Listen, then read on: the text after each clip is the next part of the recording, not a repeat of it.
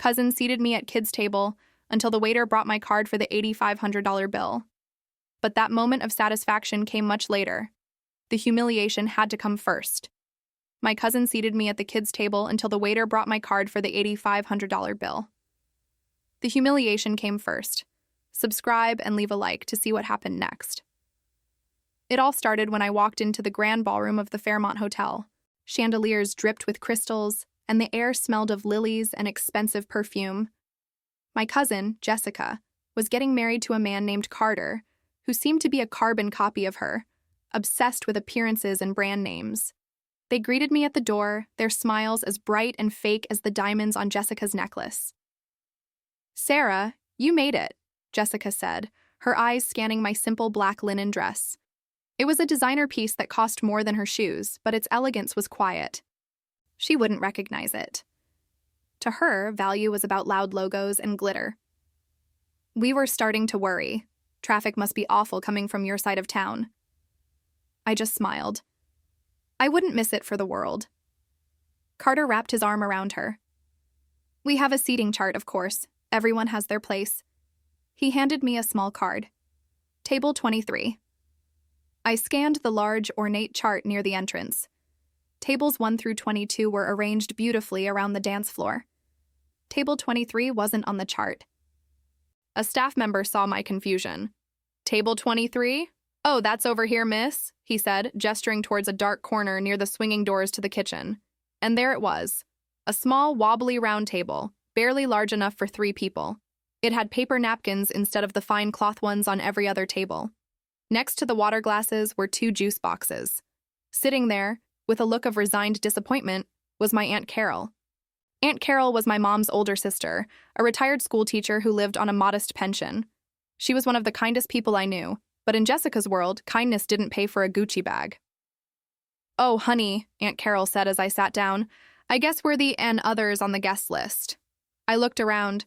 The rest of the family was at the head tables, laughing and sipping champagne.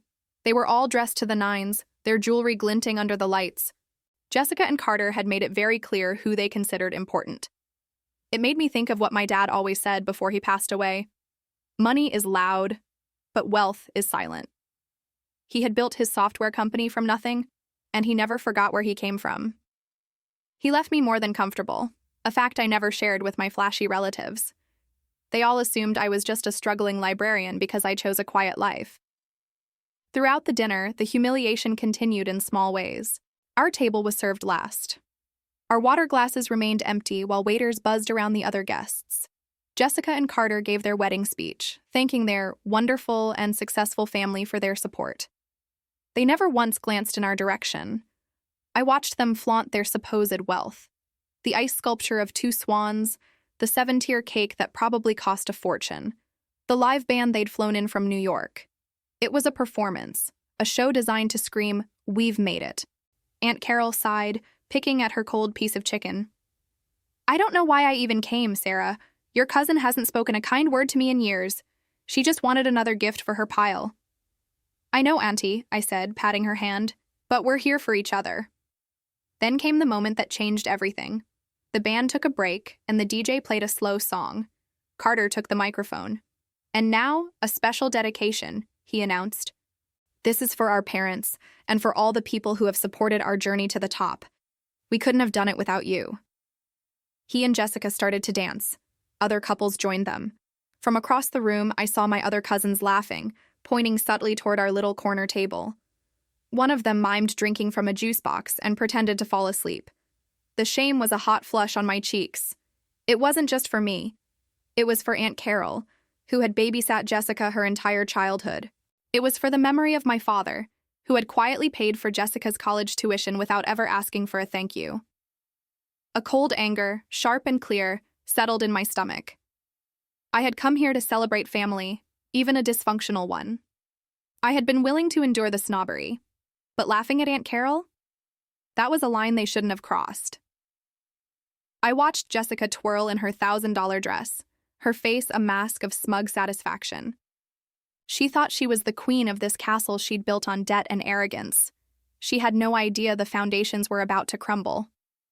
In that moment, watching her laugh at our expense, I knew exactly how this night was going to end.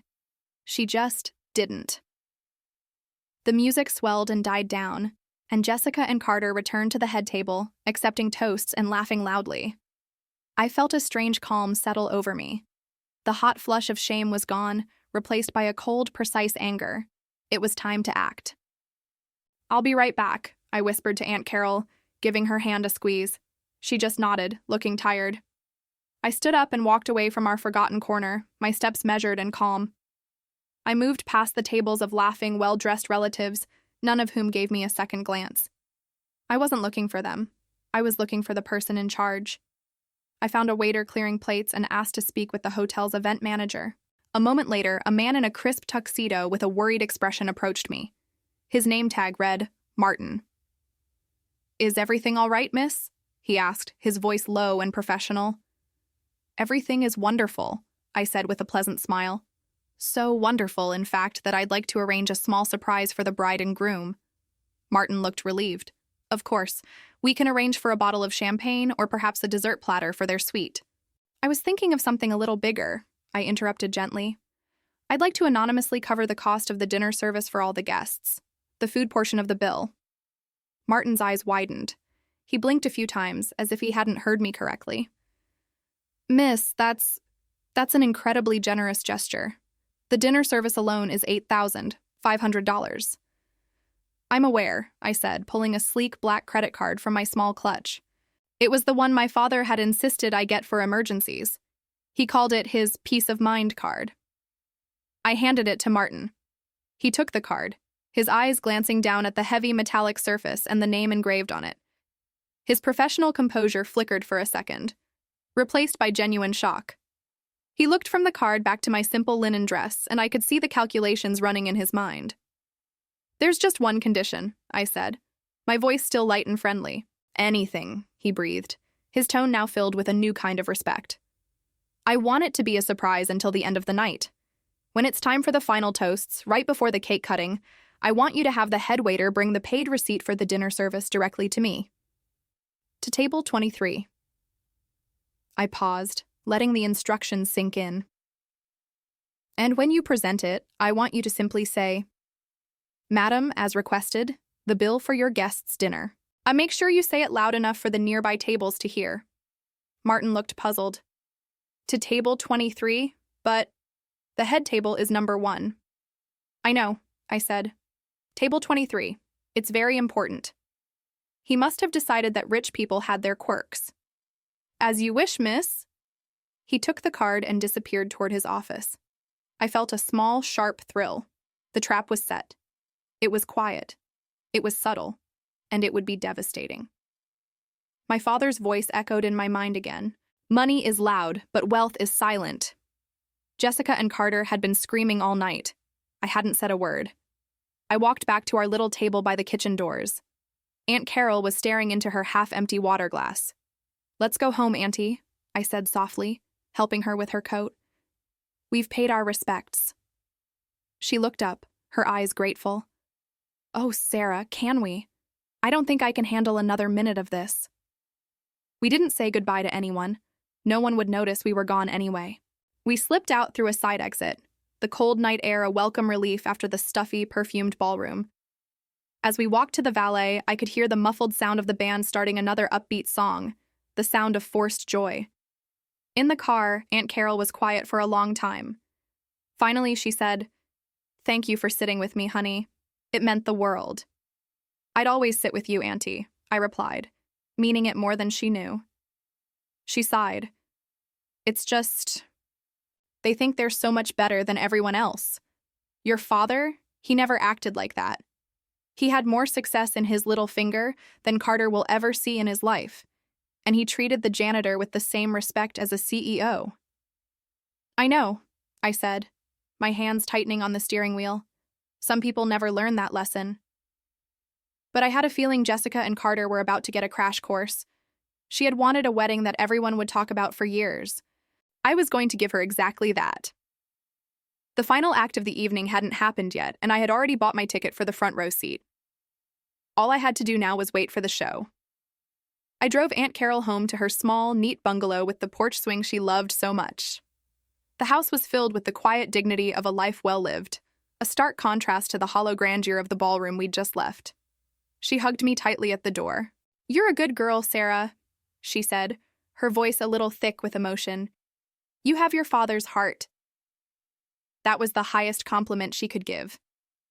I watched her go inside and turn on a warm yellow lamp in her living room before I got back in my car. The drive back to my own apartment felt long. The adrenaline of my little stunt was wearing off, replaced by a strange emptiness.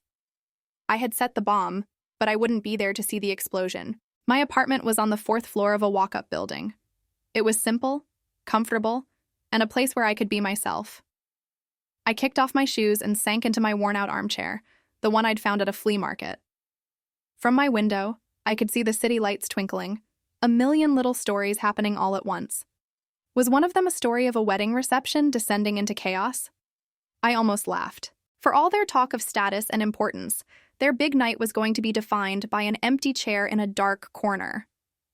I had turned their stage into my own, and I hadn't even needed a spotlight. My dad was right. Money is loud, but wealth is silent. My silence tonight would be deafening. I fell asleep wondering what happened, but I didn't check my phone. Part of the plan was letting the silence do the work. I woke up the next morning to 17 missed calls and a flood of text messages. Most were from Jessica and Carter, escalating from confusion to pure rage. A few were from other relatives asking what was going on. But one call was from my cousin Lauren. She was Jessica's younger sister, a bit more grounded but still caught in the family's orbit of appearances. I decided to call her back. She picked up on the first ring. "Sarah? Oh my God, you're alive," she said, her voice a frantic whisper. "What did you do?" "I just went to a wedding," I said calmly, making myself a cup of coffee. "Paid my respects and left. Why?" "Why? Sarah, the entire family is imploding," she exclaimed. "You have to tell me what happened. After you and Aunt Carol left, everything was normal for about an hour. Then right before they cut the cake, this waiter, he walked right past the head table." I took a sip of my coffee, listening. And he walked all the way to your little table in the corner. Table 23. We were all watching, thinking, "What is he doing?" Jessica looked so annoyed. The waiter stood there for a second, looking at your empty chairs. I could picture it perfectly. The hushed room, the confused stares. "Then," Lauren continued, her voice dropping dramatically, "he held up this little black folder, the kind they put the bill in, and he said, really clearly, 'Madam, as requested, the bill for your guest's dinner.' He placed it on the empty table and just walked away." I stayed silent, letting her finish. It was dead quiet for 10 seconds. Then people started whispering. Someone at the table next to us said, "Did he say the dinner bill?" Carter's face went white. Jessica looked like she'd seen a ghost. She stood up and practically ran over to the table and snatched the folder. "What was in it?" I asked, even though I knew. It was a receipt, a paid receipt for $8,500, with your name on it, Sarah. Your name and your credit card. People started crowding around trying to see. Someone took a picture of it with their phone. It was chaos. I smiled into my coffee mug. And how did the happy couple react? React? They freaked out. Carter started yelling at the hotel manager, Martin. He was saying it was a mistake, that he was paying for his own wedding. But Martin just calmly said, "Sir, the guest at table 23 requested to cover the dinner portion of the bill as a gift.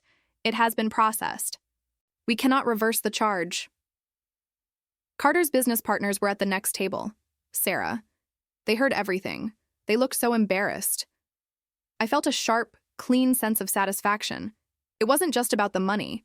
It was about the control. They had tried to control the narrative to put me and Aunt Carol in our place. I had taken that control right back. Jessica was worse, Lauren went on, clearly enjoying the gossip. She was crying, but they weren't sad tears. They were angry tears. She kept saying, "She's trying to humiliate me. She's trying to make us look poor." Which, only made them look poorer. I finally spoke. "They humiliated Aunt Carol, Lauren. They laughed at her. They put a 70-year-old woman at a kid's table with juice boxes. They deserve to be embarrassed. There was a pause on the other end. You're right, Lauren said quietly. They did. It was awful. But Sarah, it's worse than you think.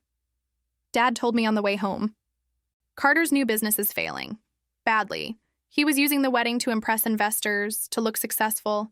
He paid for most of it with loans, hoping to get a new round of funding after the wedding. My heart didn't soften. It hardened. So the whole thing was a lie? A huge lie, she confirmed. And now, everyone knows. Or they'll know soon. That photo of the receipt is already making the rounds on Facebook. Jessica and Carter have been calling you, I assume? Nonstop, I said. They want the money, Sarah. They're demanding you return the gift. They're saying you sabotaged them. She sighed. They're on their way to your apartment. Dad heard them screaming about it this morning. You should probably leave. I looked around my quiet, peaceful apartment. My sanctuary. The idea of them barging in here, bringing their noise and their greed into my space, made my blood run cold. No, I said, my voice firm. I'm not going anywhere. Let them come. I hung up the phone, a strange stillness settling in the room. Lauren's warning echoed in the quiet space. They're on their way. I walked to my small kitchen and methodically started making a fresh pot of coffee, the familiar ritual grounding me. My apartment wasn't large or luxurious. It had secondhand furniture, walls filled with books, and a window that looked out over a tangle of fire escapes and city rooftops. It was real. It was mine. And I wouldn't be chased out of it. My father's words came back to me not as a memory, but as a guiding principle. Money is loud, but wealth is silent. Jessica and Carter had built their entire lives around being loud. Their home, their clothes, their wedding. It was all a desperate scream for validation. My life was a quiet conversation with myself. I preferred it that way. 20 minutes later, a furious, insistent buzzing came from the intercom by the door. It wasn't a polite press. It was someone holding the button down, as if trying to bore a hole through the wall with sheer anger. I pressed the talk button. Who is it? I asked, my voice even. You know damn well who it is, Sarah. Open this door right now. Jessica's voice was shrill, distorted by the cheap speaker. I buzzed them in without another word. I unlocked my apartment door and left it slightly ajar, then went back to the kitchen to pour my coffee. I was sitting in my worn armchair, sipping from my favorite ceramic mug, when the door flew open with such force that it slammed against the wall, leaving a small dent in the plaster. They stood in the doorway, a grotesque parody of the perfect couple from the night before. Jessica's expensive hair was a mess, her makeup streaked with angry tears. Carter's tie was crooked, and his face was a blotchy red. They looked like spoiled children who'd had their favorite toy taken away. How could you? Jessica shrieked, storming into the room. She gestured wildly at my simple living space. How dare you sit here in your little hovel after what you did? You ruined my wedding. Your wedding was a business transaction, Jessica, and you know it, I said calmly, not getting up. I simply paid for the catering portion. Think of it as my wedding gift. A gift? Carter scoffed, stepping forward. He was trying for intimidating, but he just looked desperate. That wasn't a gift. That was a power play, a calculated move to humiliate us in front of our friends, our family, my investors. Humiliation is an interesting choice of words, I replied, taking another slow sip of coffee. I thought putting a 70-year-old woman at a card table by the kitchen doors was humiliation. I thought making jokes about her drinking from a juice box was humiliation. What I did was simply settle a bill. Jessica's face contorted with rage. Aunt Carol? This is about her? She's a retired teacher who wears cardigans from a thrift store? She doesn't understand our world. She belonged at that table. The cruelty of her words was so pure it almost took my breath away. Almost. I placed my mug down carefully on the side table. No, Jessica, you don't understand. My father understood. He's the one who quietly paid for your entire business degree, wasn't he? The one you used to build this life you're so proud of. Did you ever thank him? Or was that just another handout you felt you were entitled to? Silence. Carter's jaw tightened, and for the first time, Jessica looked genuinely stunned, as if I'd struck her. She had no idea I knew. My dad had never told anyone but me. That has nothing to do with this. Carter finally snapped, recovering first. This is about you trying to sabotage my company. That $8,000 was part of our operating budget for the next quarter. We need it back. I almost laughed. It was so much worse than Lauren had said. They were running on fumes. You threw a party you couldn't afford to impress people who don't actually like you, and you're blaming me because your plan failed. The bill is paid, Carter. It's done. Give us the money, Sarah, Jessica said, her voice dropping to a low, venomous hiss. I know you have it. You think you're so much better than us, with your quiet life and your secret money. You're just like your father, always judging, always looking down on us. My father looked down on no one, I said, my voice cold as ice. He valued character over currency. A lesson you two clearly failed to learn, despite his investment in your education. I stood up then, my calm demeanor finally cracking just enough to show the steel beneath. Now, I think this conversation is over. Please leave my home. Carter took a step toward me, his eyes narrowing. Oh, this isn't over. Not by a long shot. You think you're safe, tucked away with your books and your quiet little life? You have no idea the kind of trouble you've just invited. We'll see how silent your wealth is when we're done with you. He grabbed Jessica's arm, who looked ready to start throwing things, and pulled her toward the door. Let's go, Jess. We're done here. For now. They stormed out, slamming the door behind them, the sound echoing in the sudden silence. I stood there for a long moment, my heart beating a little faster. The confrontation was ugly, just as I'd known it would be. But his final threat wasn't just the blustering of a spoiled man. It was a promise. And I knew I had to be ready for whatever they were planning to do next. The war had just begun. The silence they left behind was heavier than their shouting. I walked over to the door and locked the deadbolt, a gesture that felt laughably small against the threat Carter had made, my quiet life. He'd said the words like they were an insult. For years, that quiet life had been my sanctuary, a world I'd carefully built with the money my father had left me. It wasn't flashy money. It was the steady, silent kind that bought freedom, not Ferraris. It had allowed me to leave a high-stress corporate job and start my own small consulting firm, working with nonprofits. It was a life of purpose, one I was proud of. I made my way to the kitchen and poured a glass of water, my hand shaking slightly. The confrontation had left a bitter taste in my mouth. I wasn't angry, not really. I was just disappointed.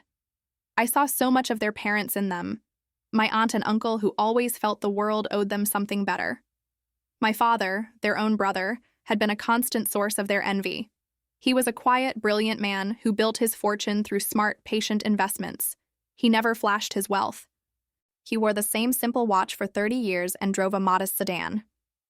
Character, he used to say, is what you have when no one is looking. Money just reveals it. The next morning, my phone woke me up, buzzing insistently on the nightstand. It wasn't my alarm. It was a flood of notifications. I squinted at the screen, my heart sinking as I saw the previews. They were all comments and tags on an Instagram post, from Jessica. My finger hovered over the notification before I finally tapped it. There it was. A beautiful, professionally taken photo from the wedding. Jessica and Carter were smiling, looking like the perfect couple. But it was the caption that was the problem. It was a long, rambling text, a masterpiece of passive aggression and outright lies. Feeling so blessed after our magical day, it began, but also so heartbroken. We've learned that some family members don't share our joy. It's come to our attention that my own cousin Sarah, who we generously invited despite our differences, has been spreading vicious rumors about our finances. She seems to believe her own inherited wealth makes her a judge of others. We want to make it clear, we are a self-made couple, and we find it disgusting that someone who has never worked a day for her money would try to tear us down. We ask our friends to be wary of her attempts to damage our reputation and Carter's new company.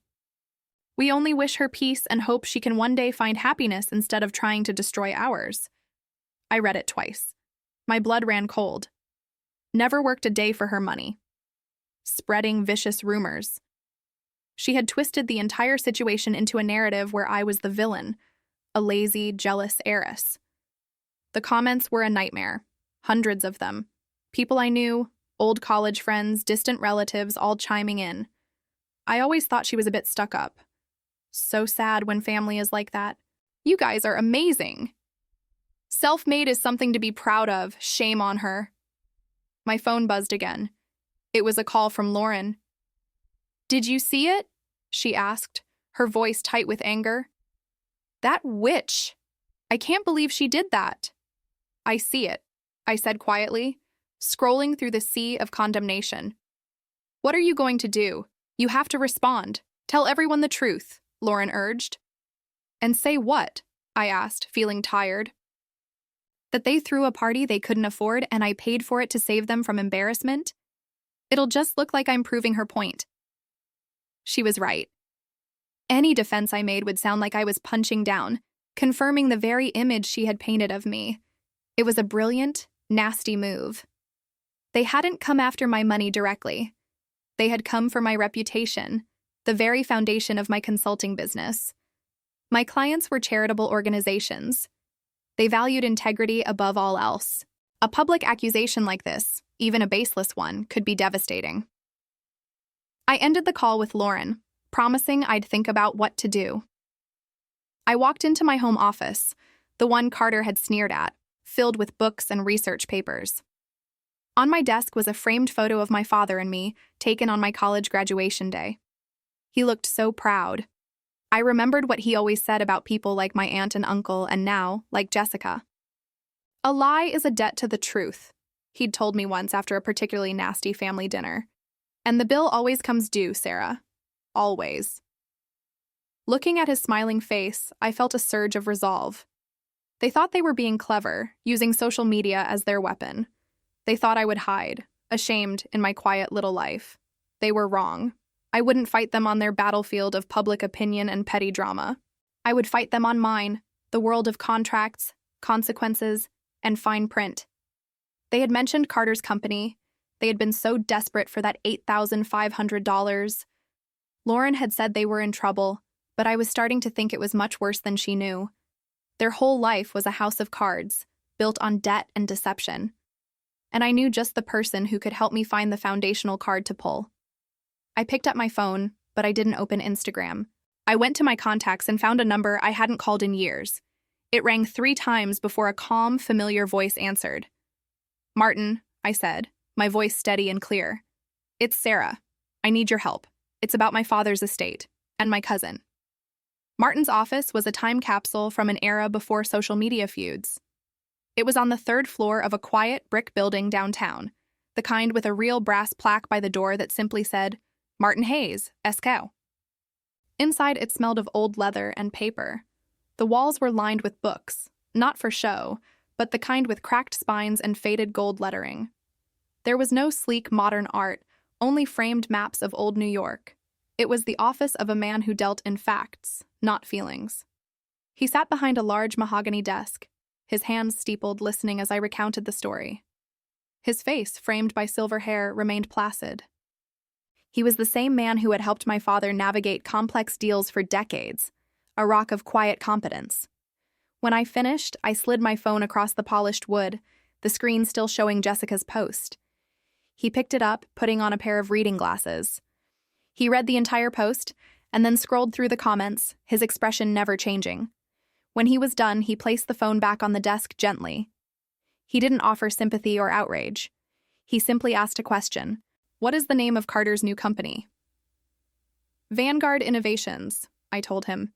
He talks about it like it's the next big thing. Martin nodded slowly, making a note on a yellow legal pad. And their lifestyle, he said, more a statement than a question. The wedding, the apartment, it seems aspirational. It's a performance, I said. They live in a 2-bedroom rental, but they lease a new Mercedes every 2 years. Everything is for show. A performance requires funding, Martin said calmly. People who build their lives on a stage of debt are remarkably fragile. You push one support and the whole thing can come down. He looked at me over his glasses, his eyes sharp. A public rebuttal is what they want. It would be messy and you would lose. You don't fight a fire with more fire, Sarah. You cut off its oxygen. I felt a wave of relief. He understood. He wasn't looking at the drama. He was looking at the structure beneath it. I remembered my father's words then, clear as a bell. "A lie is a debt to the truth," he'd said, "and the bill always comes due." Martin was about to become their debt collector. "What do we do?" I asked. "We begin with a quiet look into Vanguard Innovations," he said. "Its incorporation papers, its listed partners, its credit lines. We also look into Carter's personal finances. People who are desperate for $8,000 often have much larger holes in their pockets." He paused. "This will be my pleasure. A service to your father's memory." He then leaned back in his chair, tapping his pen on the notepad. "Your father was a meticulous man, but he had one blind spot: his brother. He was endlessly generous. I seem to recall a significant personal loan he made to your uncle about 5 years ago. It was for Carter, some can't-miss business idea that went nowhere." My heart skipped a beat. I vaguely remembered it. A period of tension, followed by my father sighing and writing a check. "Your father never mentioned it being repaid," Martin continued. "He probably wrote it off as a bad debt, a family matter. But the paperwork should still exist. Your father never threw anything away.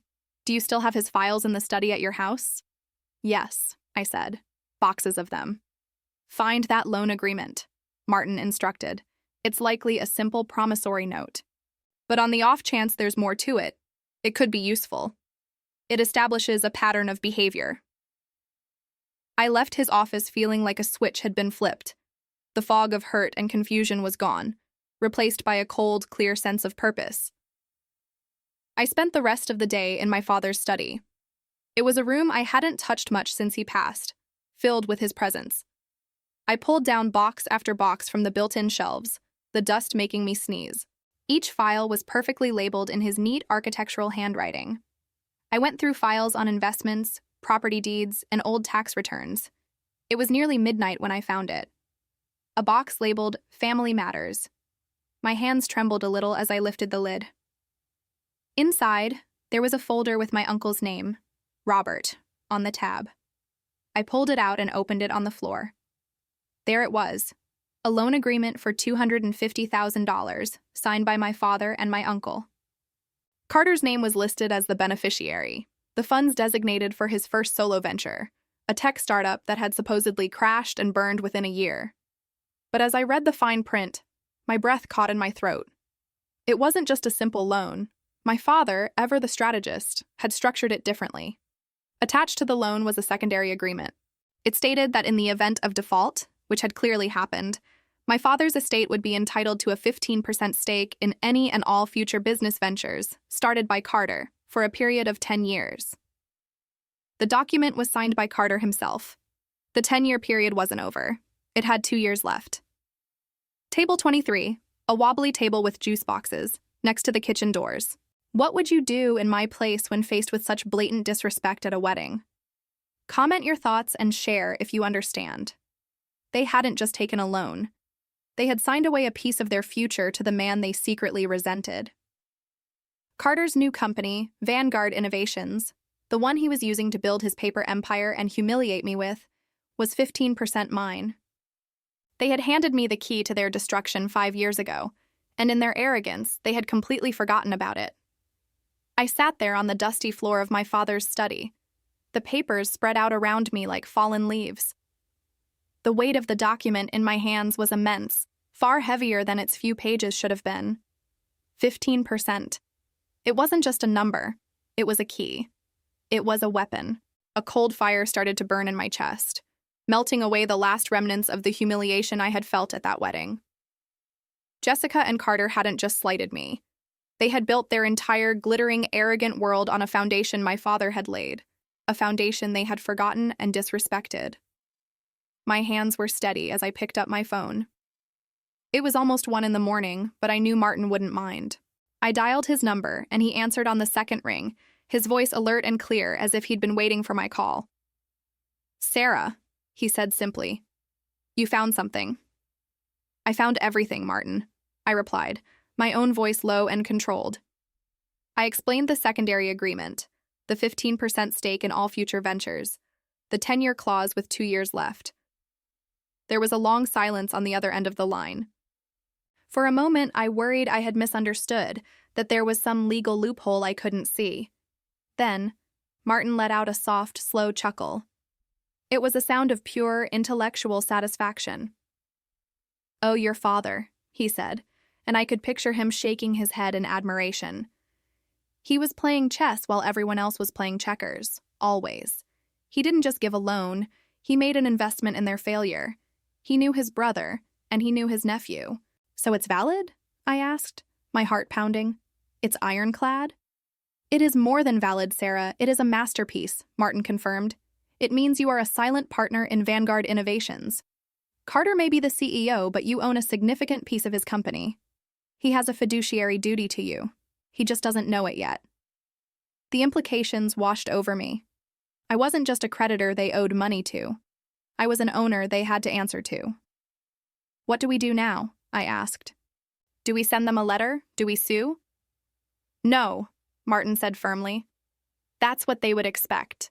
A messy, public lawsuit is their arena. They thrive on drama. We are not going to play their game. We are going to play your father's." He paused. "We do nothing. Not yet. Knowledge is power only when the other party is ignorant. Right now, we have all the power." His logic was flawless. Announcing myself now would just give them time to hide assets, to cook the books, to find a way to fight me. Silence was the better strategy.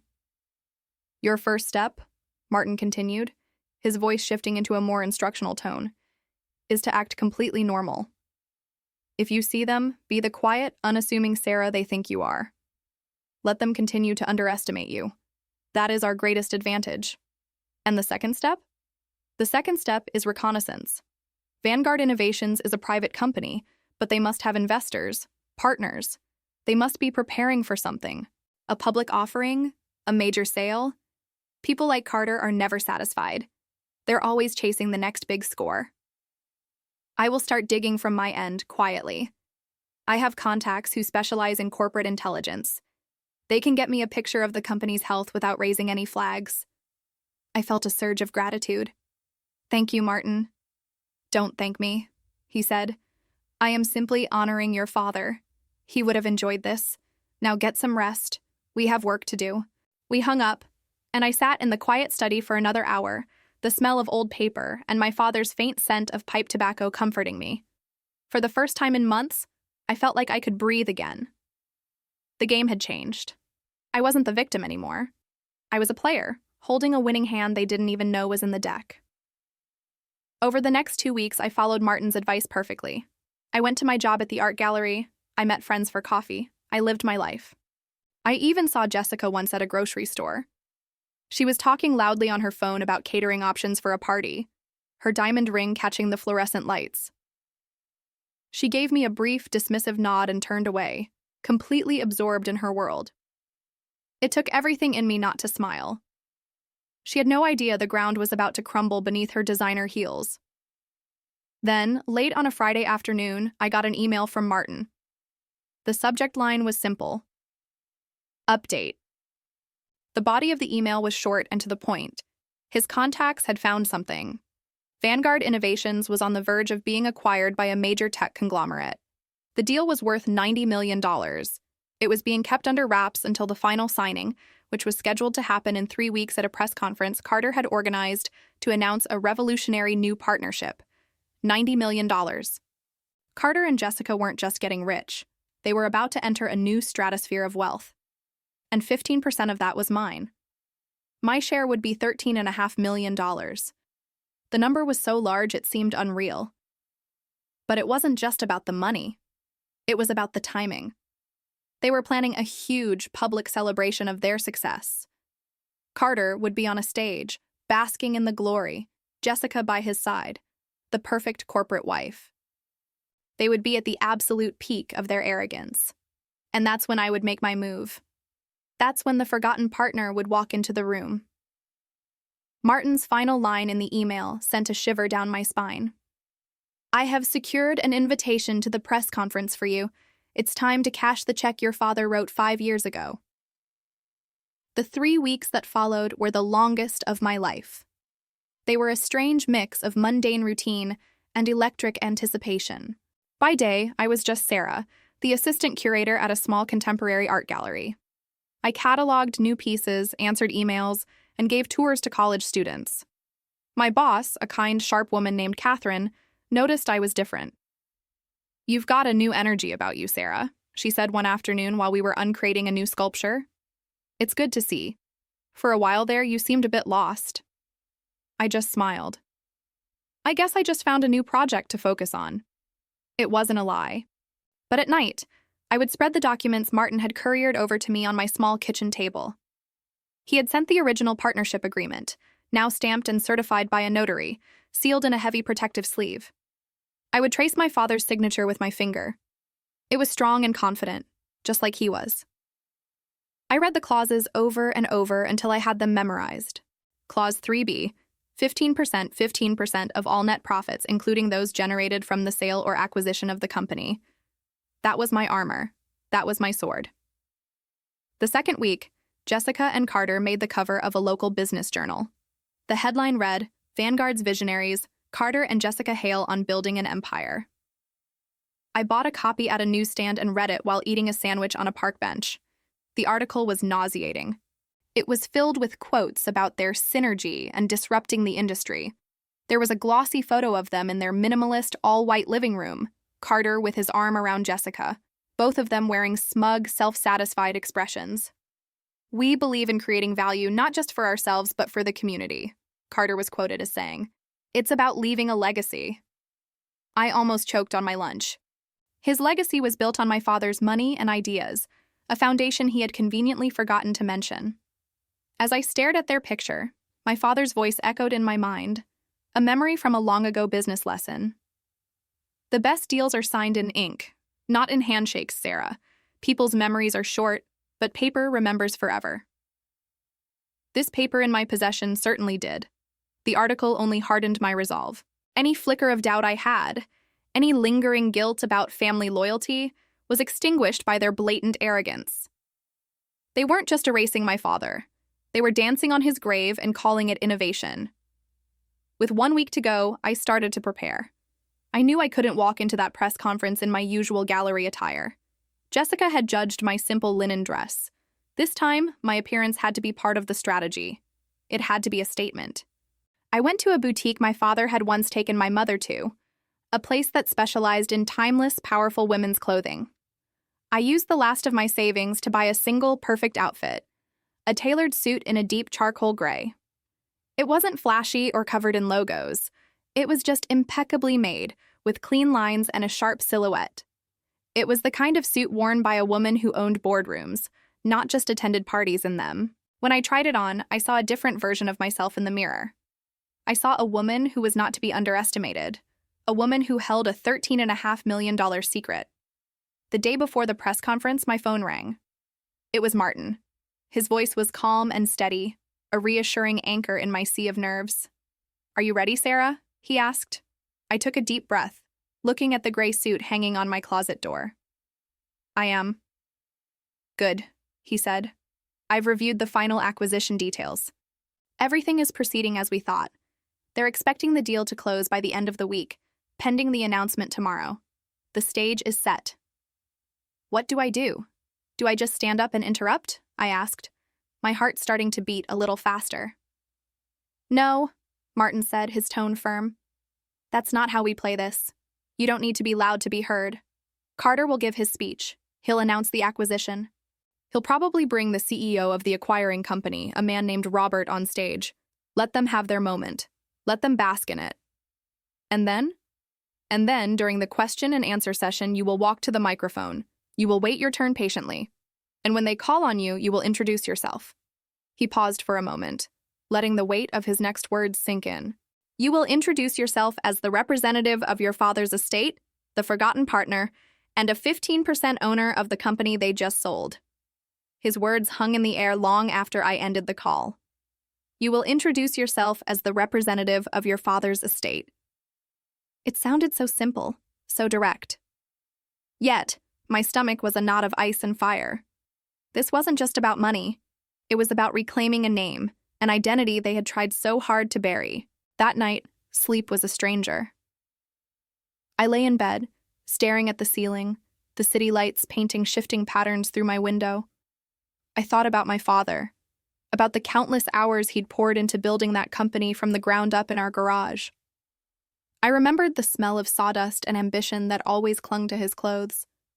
Carter's company wasn't built in a garage. It was built in a boardroom, on the foundations of my father's forgotten work. The morning of the press conference, a strange calm settled over me. I showered, the hot water a temporary comfort against my cold skin. Then, I put on the charcoal gray suit. It felt like armor. The fabric was smooth and heavy, the lines sharp and uncompromising. Looking in the mirror, I barely recognized the woman staring back. The uncertainty was gone from her eyes, replaced by a quiet, steely resolve. I wasn't just Sarah, the struggling gallery owner. Today, I was my father's daughter. I took a taxi to the downtown hotel where the event was being held. The ballroom was even more opulent than the one at the wedding. It was filled with journalists, cameras on tripods like metallic birds of prey, and men in expensive suits murmuring into their phones. A massive banner with Carter's company logo and the logo of the acquiring firm hung behind a polished podium. The air buzzed with anticipation and the scent of corporate success. I found a spot near the back, standing against a wall, trying to be invisible for now. I saw Jessica near the front, glowing. She was wearing a bright pink dress that screamed for attention, her hand resting possessively on Carter's arm. They were the king and queen of this sterile, fluorescent kingdom. They laughed with a few people, their smiles wide and confident. They hadn't a single worry in the world. A few minutes later, Carter walked onto the stage to a polite smattering of applause. He adjusted the microphone, his movements slick and practiced. He looked out at the crowd, his gaze sweeping right over me without a flicker of recognition. To him, I was just part of the background, a faceless member of the audience he was about to impress. "Good morning," Carter began, his voice booming through the speakers. "Thank you all for being here on this monumental day. Today, we're not just announcing a merger, we're announcing the future. We're talking about synergy, about leveraging our assets to create a new paradigm in the industry." He spoke for 10 minutes, using every corporate buzzword I could imagine. He talked about innovation and disruption, about his vision and his journey. He never once mentioned the company's origins. He never once mentioned the man whose ideas had been the seed for this entire empire. It was as if he had willed the company into existence through his own sheer genius. As he spoke, my father's words from that long-ago lesson filled my head, a steadying presence in the storm of my nerves. "The best deals are signed in ink, not in handshakes, Sarah. People's memories are short, but paper remembers forever." Carter's memory was short. Conveniently, criminally short. But I had the paper. I had the ink. And it remembered everything. Then, Carter gestured to the side of the stage. "And now, I'd like to bring up the CEO of Titan Industries, the man who shares our vision for the future, Mr. Robert." Robert, a man in his late 50s with silver hair and an impeccably tailored suit, walked on stage and shook Carter's hand. The cameras flashed, a wave of clicking sounds filling the room. They stood there for a moment, two titans of industry, smiling for the cameras, sealing a $90 million deal built on a lie. Jessica watched from the front row, her face a mask of pure adoration. She looked like she had won. She thought she had everything, the money, the status, the perfect husband. She was so close to the life she believed she deserved. She had no idea that a ghost from the past was standing in the back of the room, wearing a gray suit and waiting patiently for her turn to speak. Carter finally wrapped up his speech. "Thank you. Now Mr. Robert and I will be happy to take a few questions." A woman from a major business journal stood up, a microphone already in her hand. This was it. This was the moment Martin had prepared me for. My heart hammered against my ribs, a frantic drumbeat. My hands felt cold, but I forced them to remain steady at my sides. I took a deep breath, my eyes fixed on the designated microphone for audience questions. It was my turn to make paper speak. The journalist, a woman with sharp features and a sharper voice, asked a question about market integration and projected quarterly earnings. It was exactly the kind of predictable, softball question Carter was expecting. He and Robert exchanged a knowing glance, the look of two predators who owned the forest. Carter leaned into the microphone, his smile radiating condescending charm. An excellent question, he began, launching into another pre-rehearsed speech filled with words like synergy and value proposition. He was a master of saying nothing with a lot of words. I watched him, my own breathing steady and slow. This was part of Martin's plan. Let the press conference start normally. Let Carter get comfortable on his throne. A sudden attack is always more effective when the target feels completely safe. Robert added a few words, his voice a low, confident rumble. He spoke of Titan Industries' commitment to a smooth transition and their excitement about Carter's visionary leadership. The room was a sea of polite nods and scribbling pens. They were all buying it. They were all drinking the Kool-Aid. Then the moderator said, "We have time for one more question." This was my cue. I pushed myself off the wall and began walking toward the aisle microphone. My heels made a soft, deliberate clicking sound on the polished floor. Each step felt heavy, monumental. The room was large, but it felt like the world had shrunk to the space between me and that microphone. I could feel a few eyes turn toward me, curious about the woman in the severe gray suit walking with such purpose. I saw Jessica's head turn. Her eyes met mine for a fraction of a second. A flicker of annoyance crossed her face, the kind of look you give a waiter who brought the wrong wine. She didn't recognize the danger. She just saw her poor cousin, out of place again, about to embarrass herself. She turned back to Carter, whispering something in his ear, and they both shared a small private laugh.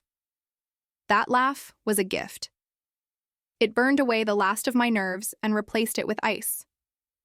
I reached the microphone. It was cold to the touch. I adjusted it slightly, my eyes on Carter.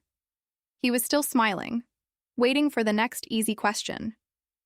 He didn't even really look at me. "My name is Sarah," I said.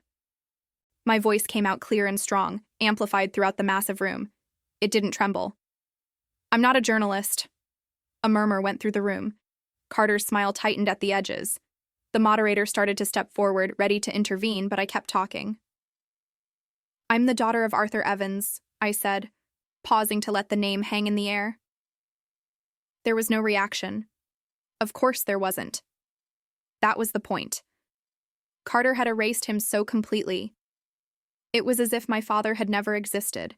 Carter's expression shifted from annoyance to outright condescension. "I'm sorry," he said, his voice dripping with false patience. "This is a press conference for accredited media only. If you have a personal matter—" "This isn't a personal matter, Carter," I cut him off. "This is a business matter. A founding matter, in fact." I saw the flash of panic in his eyes then. It was small, almost imperceptible, but I saw it. He knew the name. He just never expected to hear it again, especially not here. Jessica was no longer smiling. She was staring at me, her mouth slightly open, confusion warring with anger on her perfectly made-up face. "My father, Arthur Evans, was the co-founder of your company," I announced to the room. The murmurs grew louder. Journalists were looking at each other, whispering, sensing a story far more interesting than corporate mergers. Carter forced a laugh. It was a hollow, ugly sound. "This is ridiculous," he said, shaking his head. "Security, could you please escort this woman out? She's clearly confused." Two large men in suits started moving toward me from the sides of the room, but I was ready for them. "Before you throw me out," I said, my voice rising to command the room's attention, "perhaps Mr. Robert and the board of Titan Industries would be interested in seeing the original partnership agreement." I reached into my leather portfolio and pulled out a single laminated document. It was a high-resolution copy of the agreement Martin had found. "And since paper can be small," I said, looking toward the back of the room where Martin's tech guy was waiting, "I've taken the liberty of making it a little more visible for everyone." I pressed a small button on a remote in my hand. Behind Carter and Robert, the massive screen that had been displaying their company logos suddenly flickered and changed. In its place, an image of the old typewritten document appeared, magnified 100 times. My father's signature and Carter's signature were clear as day at the bottom. The room gasped. The clicking of cameras became a frantic, deafening roar. Carter spun around, his face white with shock. He looked at the screen and then back at me, his mouth opening and closing like a fish. All the slick corporate polish was gone. He was just a cornered thief. "This document," I said, my voice cutting through the noise, signed by both my father and Carter, establishes a 50-50 partnership. It also contains a very specific clause. Clause 7B. I pressed the button again. The document on the screen zoomed in on a single paragraph. I read it aloud. Clause 7B states that in the event of the death of one partner, their full 50% ownership stake passes to their designated heir. The surviving partner is legally obligated to inform the heir and execute the transfer of shares within 90 days. I am that heir. My father died 12 years ago. I was never informed. A dead silence fell over the room. Even the cameras stopped clicking. Everyone was staring at the screen, then at Carter, then at me. I turned my gaze from Carter and looked directly at the other man on the stage. Mr. Robert, I said, my tone calm and professional. You're about to pay $90 million for a company. My question is, are you aware that you are only buying 50% of it? And that the other 50% belongs to me? Mr. Robert's face, which had been a mask of corporate confidence just moments before, seemed to crumble. It wasn't a dramatic collapse, but a slow internal implosion.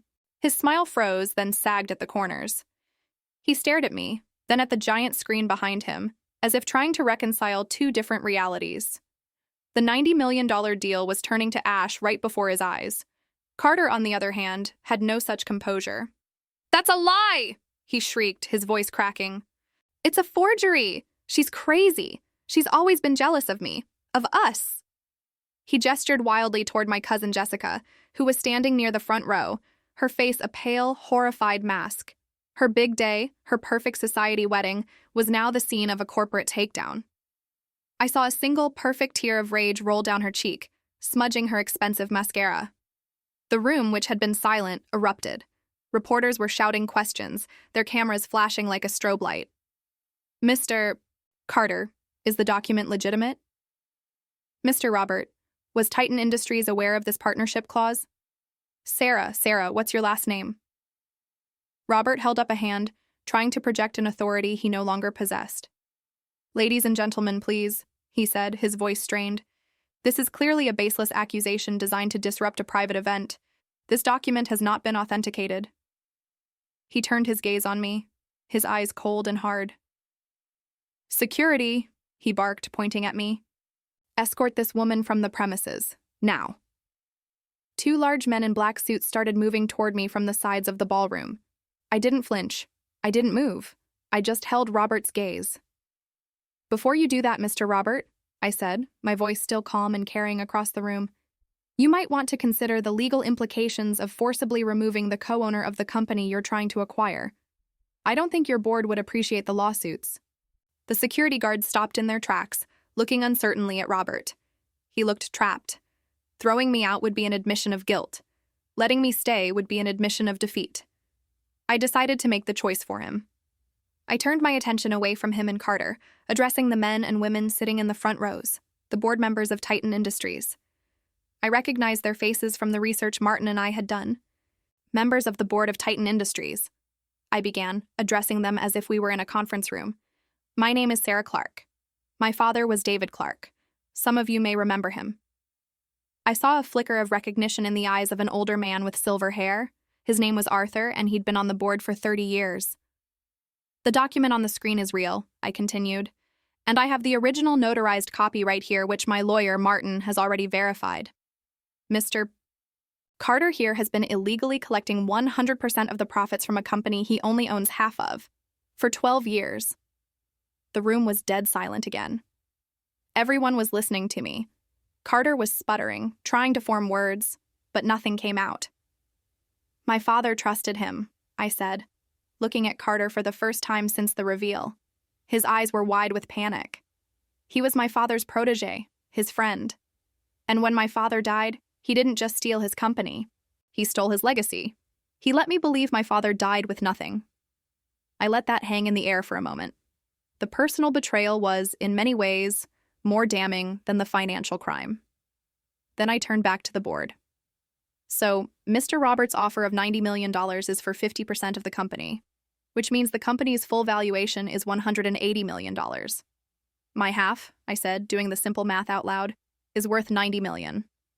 I looked directly at Mr. Robert again. His face was ashen. "I'm not here to stop the sale," I announced, and a new wave of shock rippled through the audience. "In fact, I'm quite eager to sell. But I won't be selling to you, Mr. Robert. Not while you're standing next to a man who defrauded his partner's orphan." The insult landed like a physical blow. Robert flinched. "I will, however," I said, raising my voice again to address the board, "be happy to entertain an offer from the rest of Titan Industries for my 50% stake. You can have controlling ownership. All you have to do is remove Mr. Robert and Mr. Carter from the deal, and from the company." It was a coup. I was offering them the whole prize and a way to save face, all in one move. All they had to do was cut the dead weight. Carter and Robert stood on the stage, completely exposed. Their allies were now their judges. The silver-haired man, Arthur, slowly stood up from his seat in the front row. He wasn't looking at me. He was looking at Robert. "Robert," Arthur said, his voice quiet but firm, carrying the weight of decades of authority. "I think we need to have a conversation. In private. Let's postpone this announcement." The room was so quiet I could hear the hum of the air conditioning. Arthur led a pale-faced Robert out of the conference room through a side door, his hand firmly on Robert's back. It wasn't a comforting gesture. It was the grip of a man removing a problem. No one looked at them leave. Every eye was on Carter, who was still standing on the stage, frozen under the spotlight. His perfect smile was gone, replaced by a slack-jawed expression of disbelief. The microphone in front of him seemed to mock him with its silence. My lawyer, Martin, came to stand beside me. He didn't say anything, just gave my arm a slight squeeze. The board members, who had been a faceless sea of expensive suits, started murmuring among themselves.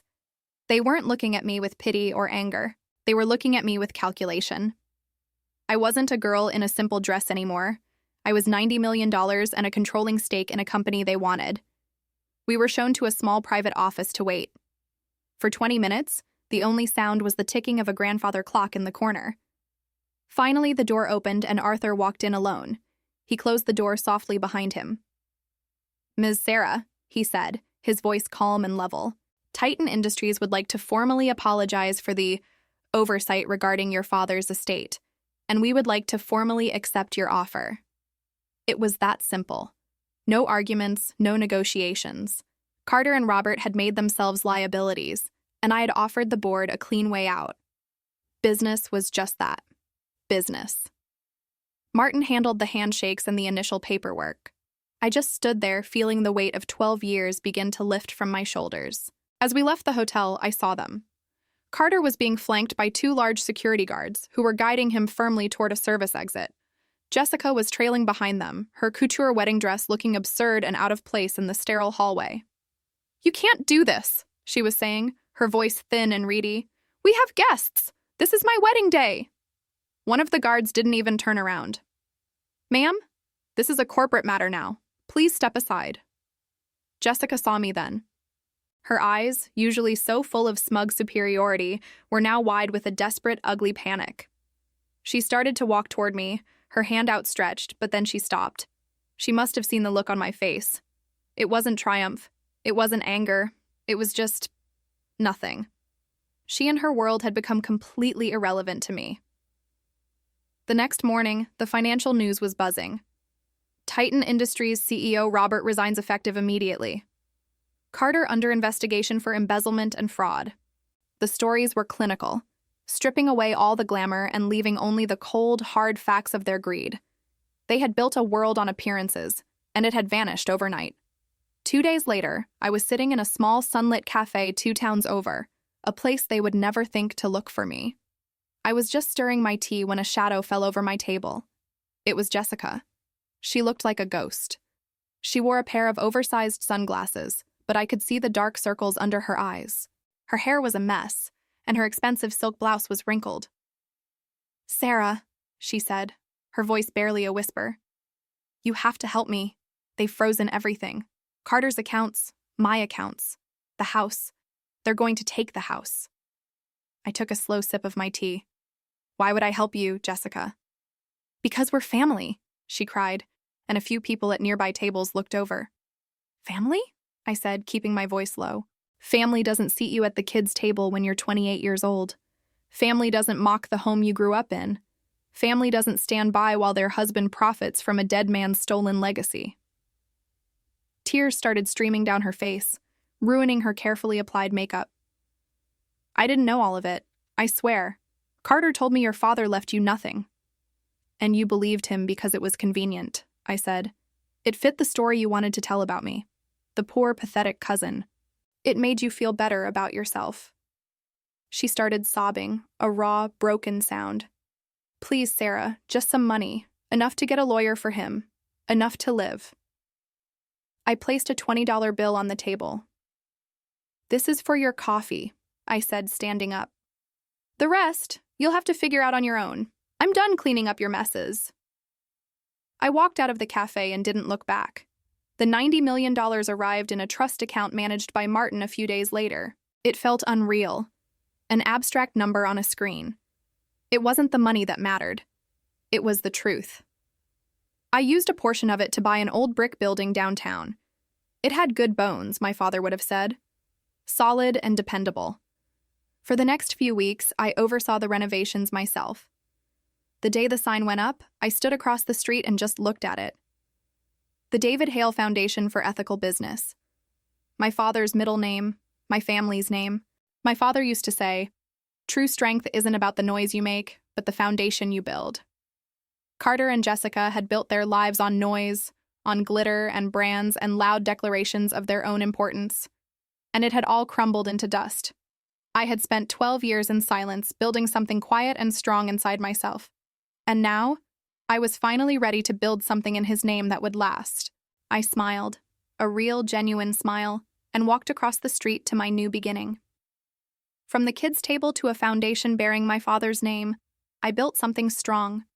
He thought he could buy respect, but only dust remained. What did you think of my quiet victory? Subscribe for more intense stories, more intense,